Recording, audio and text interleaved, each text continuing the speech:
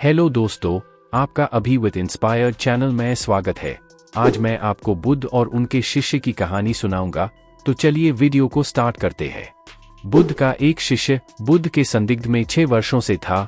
वो एक दिन महात्मा बुद्ध के पास आया और बुद्ध से कहा, हे बुद्ध, मुझे आपके पास 6 साल हो गए, मेरे बाद कितने शिष्य आए, उन्हें आपने इस बीच किसी एक दिशा में ज्ञान देने के लिए भेज दिया, लेकिन मुझे अभी तक नहीं भेजा। क्या मुझे अभी तक बुद्धत्व प्राप्त नहीं हुआ? बुद्ध मुस्कुराए और बोले, यह तो तुम्हें खुद समझना होगा कि तुम्हें बुद्धत्व प्राप्त हुआ है या नहीं। शिष्य बोला, हे बुद्ध, आपने मुझे इन 6 सालों में जो भी उपदेश दिया मुझे वो सब याद है। आपकी बताई एक एक बात मुझे याद है।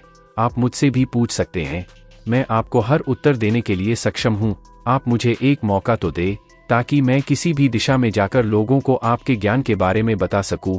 बुद्ध ने कहा, ज्ञान की बातों को याद रखने से कुछ नहीं होता। जब तक आप किसी भी चीज को अपने आचरण में नहीं लाओगे, तब तक आप दूसरों को नहीं कह सकते कि वो उसे अपने आचरण में लेकर आए। शिष्य ने कहा, जो भी हो, कृपया आप मुझे एक मौका दे। आप मुझ पर भरोसा रखें। मैं सभी को अपने ज्ञान से प्रभावित कर सकता हूँ। मैं लोगों को ऐसी बातें बता सकता हूँ जिससे उनके जीवन में शांति आएगी और वो शांतिपूर्ण अपना जीवन जी सकेंगे। बुद्ध ने कहा, अभी तुम तैयार नहीं हो।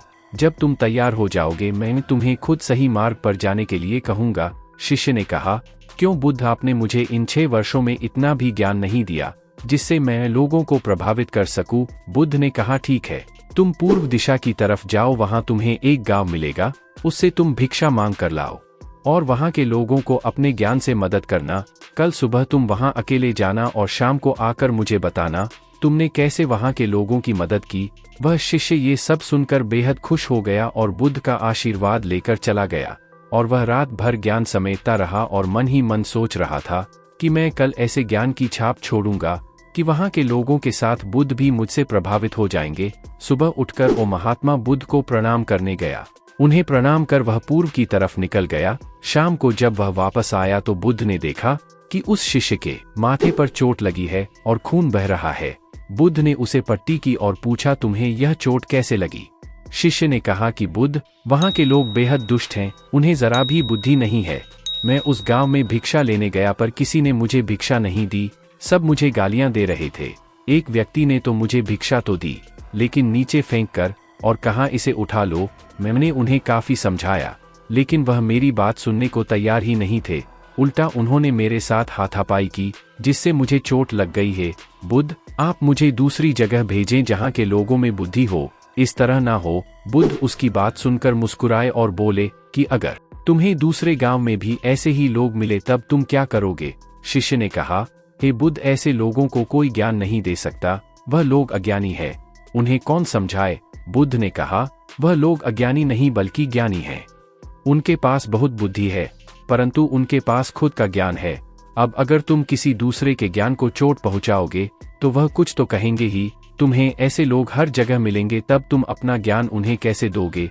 बुद्ध ने शिष्य को कहा कि आज तुम आराम करो, कल शाम को मेरे पास आना। शिष्य बुद्ध को प्रणाम करके चला गया। अगली शाम जब वह वापस बुद्ध के पास आया, तब वहां एक और बुद्ध का शिष्य मौजूद था। उनके हाथ में चोट लगी हुई थी। बुद्ध ने उस शिष्य के हाथ पर चोट देख उस पर पट्टी की और उस शिष्य से पूछा कि तुम्हें यह चोट कैसे लगी? शिष्य ने कहा, हे बुद्ध, आपने पूर्व के एक गांव में मुझे जाने के लिए कहा था, वही मुझे यह चोट लगी। बुद्ध ने कहा, वहां तुम्हारे साथ क्या क्या हुआ, तुम मुझे बताओ। शिष्य ने कहा, हे बुद्ध, वहां पर मैंने सबसे भिक्षा मांगी, लेकिन किसी ने मुझे भिक्षा नहीं दी। एक व्यक्ति जिसने भिक्षा दी थी उसने भी वह मुझे जमीन पर फेंक कर दी और कहा, उसे उठा लो। मैंने चुपचाप उसे उठाकर अपने पात्र में रख लिया और उसे कल्याण का आशीर्वाद दिया। तब उस व्यक्ति ने मुझसे कहा, आप बड़े ही अजीब व्यक्ति हो, मैं आपका अपमान कर रहा हूँ और आप मुझे आशीर्वाद दे रहे हैं। मैंने उनसे कहा कि आप धनी हैं, आपने मुझे दान दिया है, इसलिए मैं आपको आशीर्वाद दे रहा हूँ। फिर वहां से मैं आगे गया तो कुछ लोगों ने मुझे वहां से जाने के लिए कहा। उन्होंने मुझे कुछ अपशब्द कहे और मुझ पर कुछ पत्थर फेंके, जिससे मुझे चोट लग गई। जब मैं वापस आ रहा था तब मैंने एक माँ को रोते हुए देखा। वह अपने बीमार बच्चे को लेकर चिंतित थी। मैं तुरंत जंगल से जाकर उसके लिए जड़ी बूटी ले आया, लेकिन वहां के लोग मुझे जड़ी बूटी देने नहीं दे रहे थे। फिर मैंने उनसे विनती की कि वह मुझे उस बच्चे का इलाज करने दें, उसके बाद वो जैसा कहेंगे मैं ठीक वैसा ही करूँगा। फिर जिस व्यक्ति ने मुझे भिक्षा दी थी उसने गांव वालों को समझाया, तब उन्होंने मुझे उस बच्चे को जड़ी बूटी लगाने दी। उसके बाद वह बच्चा ठीक हो गया। फिर गांव वालों ने मुझसे अपने किए गए अभद्र व्यवहार के लिए क्षमा मांगी और मुझे धन्यवाद कहा। फिर मैं वहां से वापस आ गया। हे बुद्ध, आपसे एक विनती है। उस गांव के लोग बहुत भोले भाले और सीधे हैं। क्या मैं रोज उसी गांव में जाकर भिक्षा मांग सकता हूँ? ये सभी बात वो पहला शिष्य भी सुन रहा था। उसने यह सुनते ही बुद्ध के चरणों में गिरकर कहा कि हे बुद्ध, मैं समझ गया हूँ कि अभी मैं उस लायक नहीं हुआ कि दूसरों को ज्ञान दे सकूं। बुद्ध ने कहा, हमें बाहर वैसे ही लोग दिखाई देते हैं जैसे हम भीतर से होते हैं। जब तक हम स्वयं को नहीं बदलते तब तक हम किसी को भी नहीं बदल सकते। खुद में परिवर्तन करना बेहद जरूरी है। कोई भी बात बताने से पहले उसे आचरण में लाना बेहद जरूरी है, क्योंकि आचरण में लाई हुई चीज को बताना, समझाना बहुत आसान होता है और उसे लोग बेहद आसानी से अच्छे से समझ पाते हैं। दोस्तों, हम सभी को ऐसा लगता है कि हमने जो कुछ भी सीखा है वह हमको दूसरों को सिखाना चाहिए, लेकिन हम जाने अनजाने में दूसरों को सिखाने के चक्कर में हम कभी कभी गलत साबित हो जाते हैं।